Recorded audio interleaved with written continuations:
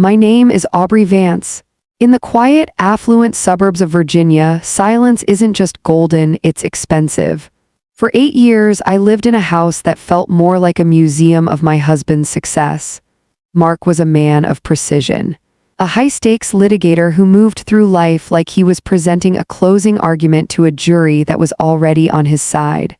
I was the supportive wife, the one who handled the galas, the school runs, and the polished exterior of our lives. But 3 weeks ago, the foundation of that life didn't just crack, it vanished. It happened in the attic of my late mother-in-law's estate. Mark was busy with a crisis at the firm, leaving me to sort through decades of dust and memories. I found a locked mahogany box tucked behind a stack of moth-eaten rugs. Inside wasn't jewelry or old letters. It was a digital recorder and a thick manila folder from a law firm specializing in estate fraud, Vance and Miller. My own last name, but a firm I had never heard of. I pressed play on the recorder. A voice I recognized immediately as Mark's lawyer, Silas Thorne, filled the small, dusty space. Mark, we've hit a snag. The trust is clear. If Aubrey ever discovers the original terms of your father's will, the entire inheritance reverts to the state. You need to keep her comfortable, but you must keep her blind. The air in the attic turned freezing. I sat there, the recorder heavy in my hand, as my heart thrummed a frantic, uneven beat. Keep her blind. The words echoed in the silence. My entire marriage, the house, the lifestyle, it wasn't built on love. It was a strategic containment zone designed to protect an inheritance I didn't even know existed.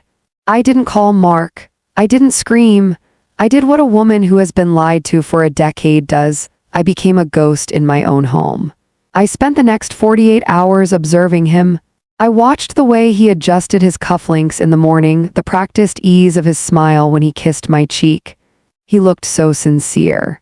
That was the most terrifying part, the sincerity of a professional liar. The curiosity was a physical weight. I needed to know what was in that will. I needed to know why I was the snag in his perfect plan. I waited until Mark left for his Friday golf game, a tradition that gave me exactly 4 hours of guaranteed solitude. I drove to the city, not to Mark's office, but to the county records building. The clerk was a tired woman in her 50s who didn't care about my polished suburban look. I gave her the details of my father-in-law's estate. After 20 minutes of clicking and humming, she handed me a microfilm reader. As I scrolled through the scanned documents, the world outside the building ceased to exist. The original will of Arthur Vance wasn't about money. It was about a confession. My father-in-law had been a silent partner in a predatory lending scheme that destroyed hundreds of families in the late 90s. He had left a clause. The remaining fortune was to be used as a restitution fund for the victims, unless his son, Mark, could prove he had married into a family of one of the victims to make amends. My maiden name is Gallagher. My father lost everything in 1998. He took his own life 6 months after our house was foreclosed. Mark hadn't married me because he loved me, he had hunted me down. I was his proof of amends. I was the living, breathing loophole that allowed him to keep millions of dollars stained with my father's blood. I leaned back, the fluorescent lights of the records room humming above me. The betrayal was so deep it felt like it had reached into my marrow. I wasn't a wife. I was a legal shield. As I walked out into the bright Virginia sun, the woman who had entered that building was gone. I took a deep breath, the smell of asphalt and exhaust filling my lungs. Mark thought he was the master of the law. He thought he had outplayed the ghost of his father and the girl he had manipulated into his bed. He was wrong. That evening, Mark returned home with his usual air of effortless confidence. He tossed his keys on the marble counter, the metallic clink echoing like a gavel. I watched him from the kitchen, my hands busy chopping vegetables, a domestic ritual that now felt like a performance. Every time he smiled, I saw the ghost of the man who had systematically picked me out of a crowd of victims to save his own fortune. "Long day, Aubrey?" he asked, loosening his tie. "You look distant." "Just tired, Mark," I said, my voice steady though my heart was hammering against my ribs. "Sorting through your mother's things is heavier work than I expected." He paused, a flicker of something, was it suspicion or guilt, crossing his face. Find anything interesting? Just old rugs and dust, I lied. The digital recorder was heavy in my pocket, a silent witness to his betrayal. The next morning I didn't go back to the attic. Instead, I drove to a high-end cafe in the business district where I knew Silas Thorne, Mark's longtime attorney and cleaner, took his breakfast. Silas was a man of cold habits. He liked his coffee black and his secrets buried deep. I spotted him in a corner booth, his silver hair reflecting the morning sun. I didn't wait for an invitation. I sat down across from him. He looked up, his eyes narrowing behind thin, rimless spectacles. Aubrey. This is an unexpected pleasure. Is Mark joining us? No, Silas, this isn't about Mark. Well, it is, but he doesn't know I'm here. I leaned forward, lowering my voice. I found the box in the attic. And the recorder. Silas didn't blink. A lesser man would have stuttered, but he simply took a slow sip of his coffee. The silence between us stretched, filled only with the muffled clinking of silverware from other tables. I see, he said finally. The clerical error of Mark's mother keeping that recording is unfortunate. I told him years ago that physical evidence is a liability. Is that all it is to you? A liability? I felt a surge of cold fury. You helped him hunt me. You knew my father took his own life because of the Vance family's predatory loans, and you helped Mark use me as a legal loophole to keep the very money that destroyed my family. Silas sighed, as if he were explaining a complex tax code to a child. Aubrey, let's be pragmatic. You've had a very comfortable life. The house, the cars, the prestige, all of it came from that loophole. If you blow this up, you lose everything. Mark goes to prison for fraud, yes, but the estate is seized by the state. You'll be left with nothing but the Gallagher name and the debt your father left behind. You think I care about the money? I hissed. I think you care about your children, Silas countered, his voice dropping to a predatory whisper. If this turns into a criminal case, the court doesn't just look at Mark. They look at the household. Do you want your kids growing up in the shadow of a federal scandal, or do you want to negotiate? Negotiate? Mark doesn't know you've talked to me yet, Silas said, leaning in. We can restructure the trust. We can make sure you and the children are protected independently of the Vance estate's history. You stay quiet, the amends clause remains satisfied in the eyes of the law, and you walk away with a guaranteed future. It's the smart play, Aubrey. It's what your father would have wanted for you, stability. The mention of my father felt like a slap. He was using my trauma as a bargaining chip. But in that moment, a new thought took hold. Silas was right about one thing. If I just screamed fire, everyone would burn, including me. I needed to be smarter. I needed to play their game better than they did. I want the original will, I said, my voice devoid of emotion. And I want the full list of the victims from the 1998 scheme, every single family your firm stepped on. Silas chuckled, a dry, rasping sound. That's a tall order. Why would I give you that? Because if you don't, I said, standing up, I'm not going to the police. I'm going to the press. And I'm starting with the recording of you advising Mark to keep me blind. I wonder how the Bar Association will feel about a lawyer conspiring to defraud a beneficiary. Silas's smile vanished. For the first time, I saw a crack in his armor. I'll see what I can do. I walked out of the cafe, the Virginia humidity hitting me like a wall. I had just entered a lion's den, and instead of running, I had started measuring the lion for a cage. Mark thought he was the only litigator in the family, but I had spent 8 years watching him. I knew how to build a case, and I was going to make sure the Vance legacy didn't just end, it paid its debts. When I got home, Mark was in his study, the amber glow of the desk lamp highlighting the sharp, predatory lines of his jaw. He was reviewing a brief, looking every bit the pillar of justice he pretended to be. I stood in the doorway for a moment, watching him. This man had kissed me at the altar while knowing he was only there to fulfill a restitution clause. Every "I love you" was a calculated move to keep his bank account full. Aubrey. You're back late, he said, not looking up from his papers. Did you finish with the attic? I found everything I needed, Mark, I said, my voice smooth as glass. I walked over and placed a hand on his shoulder. He flinched just for a millisecond, but it was enough to confirm his guilt. I was thinking, since we're honoring your mother's memory, maybe we should do something meaningful with the family foundation. Something for the families in the city who lost their homes during the late 90s. The pen in Mark's hand stopped mid-sentence. He looked up, his eyes searching mine for any sign of a double meaning.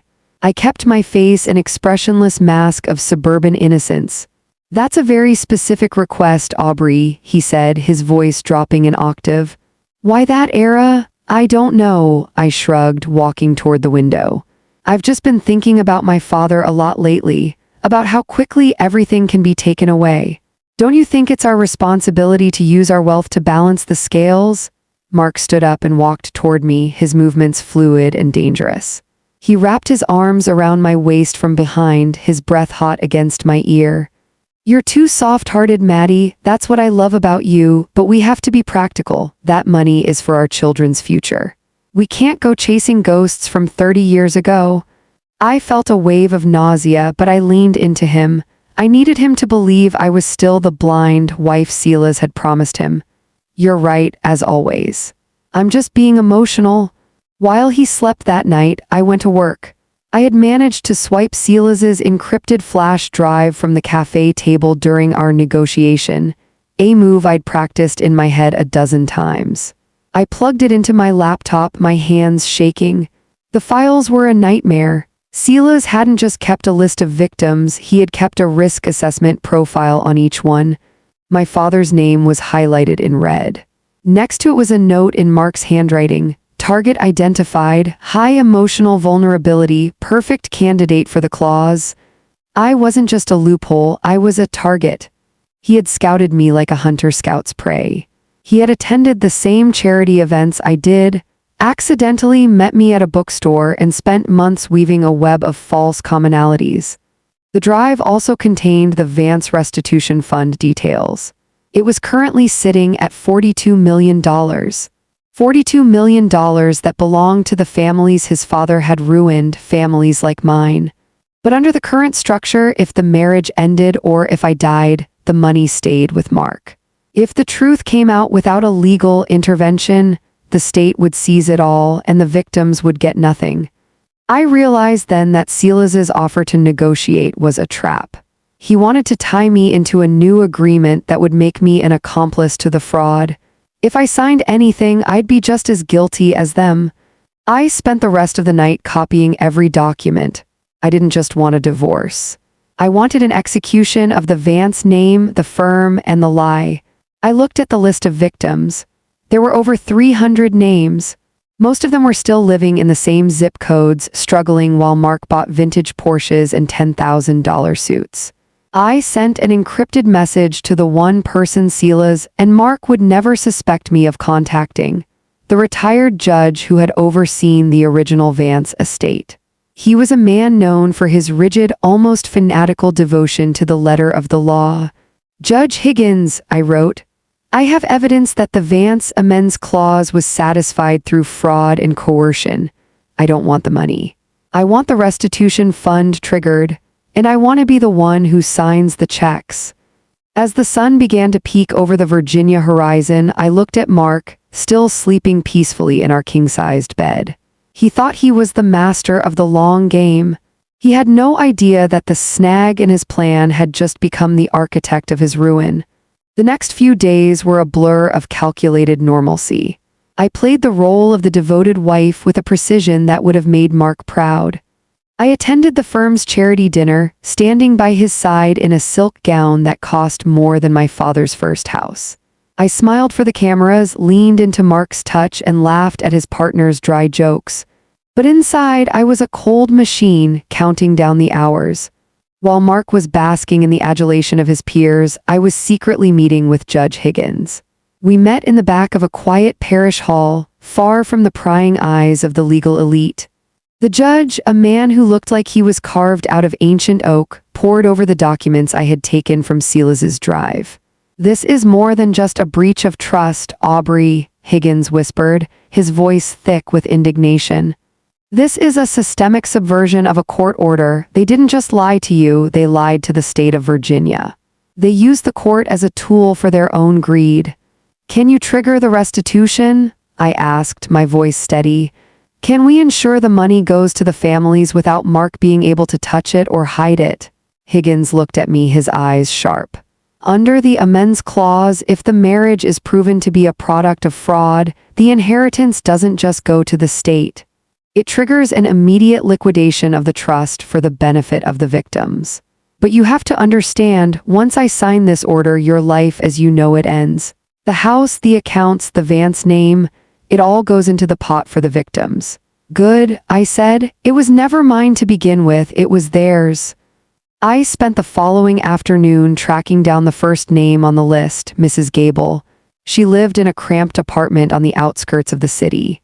When she opened the door, she looked tired, her hands worn from years of retail work.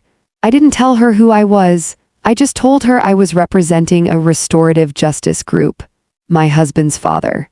He did business with your family in the 90s, I said softly. The woman's face hardened. The Vances, they took our home. My husband never recovered. He died thinking he'd failed us. They didn't just take your home, I said, handing her a card with a private number. They stole your future, and I'm here to tell you that the debt is about to be paid. In full. I left her standing there, confused but curious. I did the same for 10 more families, the ones most severely impacted. I was building a choir of witnesses, a force of nature that Mark and Silas wouldn't be able to silence with a non-disclosure agreement. Back at home, Mark was becoming arrogant. He thought he had successfully handled the snag. He even suggested we start looking at vacation homes in the Hamptons. I think we should wait until the audit is over, Mark, I said, echoing his own professional caution. You always say don't count the verdict until the jury is back. He laughed, pouring himself a glass of 20-year-old scotch. The jury is always on my side, Maddie. I make sure of it. I know you do, I replied, watching the golden liquid swirl in his glass. The final piece of the puzzle was Silas. I knew he was watching me. I knew he didn't trust the negotiation we had started. So I fed him a bone.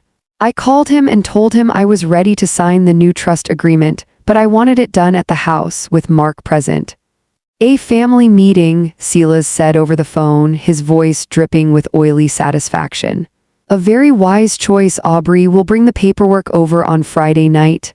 I'll have everything ready, I promised. Friday night arrived. The house was quiet. I had sent the children to my sister's for the weekend. I set the dining table with the finest china and lit the candles. To Mark, it looked like a celebration of our new beginning. To me, it was the last supper of the Vance legacy. When Silas arrived, carrying a leather briefcase filled with lies, Mark greeted him like a brother-in-arms. They sat in the dining room, the light reflecting off their expensive watches, completely unaware that Judge Higgins and a team of court-appointed executors were waiting just 5 minutes away. Let's get the formalities over with, Mark said, sliding a thick document toward me. Once you sign this, Maddie, we can put all this attic business behind us. We'll be protected, you, me, and the kids. I picked up the pen. I looked at the signature line, then I looked at Mark. You know, Mark, I said, my voice dropping to a whisper.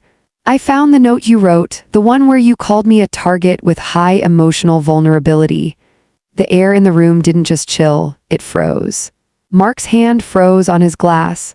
The smug, celebratory warmth that had filled the room only moments ago evaporated, replaced by a sharp, suffocating tension. Silas, ever the tactician, tried to intervene, his voice smooth and condescending. Aubrey, let's not get caught up in semantics. That was a legal assessment from years ago. It has no bearing on the document in front of you. It has every bearing on why I'm not signing it, I said, dropping the pen onto the polished mahogany. The sound was like a gunshot in the silence. Mark leaned forward, his eyes turning dark. The mask was gone. Madison, don't be foolish. You sign that paper or you lose this house. You lose the private school for the kids. You lose the life you love. Think about what you're doing. I am thinking about it, Mark. For the first time in 8 years, I'm thinking clearly. I stood up and walked toward the front door. I realized something. You didn't marry a loophole. You married the daughter of a man who taught me that truth is the only thing worth more than a bank account. I opened the door. Standing on the porch was Judge Higgins, flanked by two men in suits and a court stenographer. Behind them, several cars were pulled into the driveway, including a local news van I had tipped off an hour ago. The blood drained from Silas's face. He knew the law better than anyone, and he knew exactly what the presence of a senior judge meant. "Judge Higgins," Silas stammered, standing up. "This is a private residence. What is the meaning of this intrusion?" "Actually, Silas, according to the emergency order I signed 2 hours ago, this residence is now a seized asset of the Vance restitution fund," Higgins said, stepping into the foyer. He held up a thick packet of documents, the ones I had provided. "Mr. Vance, Mr. Thorne, you are both being served with a formal notice of estate fraud and civil racketeering. The amends clause has been declared void due to predatory coercion." Mark looked at me, his face twisted in a mixture of shock and pure, unadulterated hatred. "You ruined us, Aubrey. You destroyed everything we built for our family. For what? For some people you don't even know?" "I know them, Mark," I said, my voice rising for the first time. "They're the people who paid for your Porsches with their foreclosed dreams. They're the people my father died trying to protect from men like your father. And now they're finally getting their money back." The next few hours were a chaotic symphony of justice. Accountants arrived to freeze every account associated with the Vance name. Silas and Mark were escorted out of the house as the news cameras flashed, capturing the fall of the city's most prestigious legal minds. I didn't stay to watch them leave. I went upstairs, grabbed a single suitcase I had packed earlier, and walked out the back door. 3 months later, the Vance estate had been liquidated. The $42 million didn't go to the state, and it didn't stay with Mark. It was distributed among 312 families. I sat in a small, rented townhouse on the other side of town, watching a news segment about Mrs. Gable. She was standing in front of a new, modest home, crying as she thanked the anonymous whistleblower who had made it possible. Mark is currently facing 10 years for fraud and embezzlement. Silas lost his license and is serving time for conspiracy. My children are with me, and while they don't have the designer clothes or the Ivy League trust funds anymore, they have something better. They have a mother who can look them in the eye. The Vance name is gone, the house is sold. The Museum of Success has been torn down. But as I sat on my small porch watching the sun set over a life that was finally authentically mine, I realized that some things are worth losing. My name is Aubrey Gallagher, and for the first time in my life, I'm not living a lie.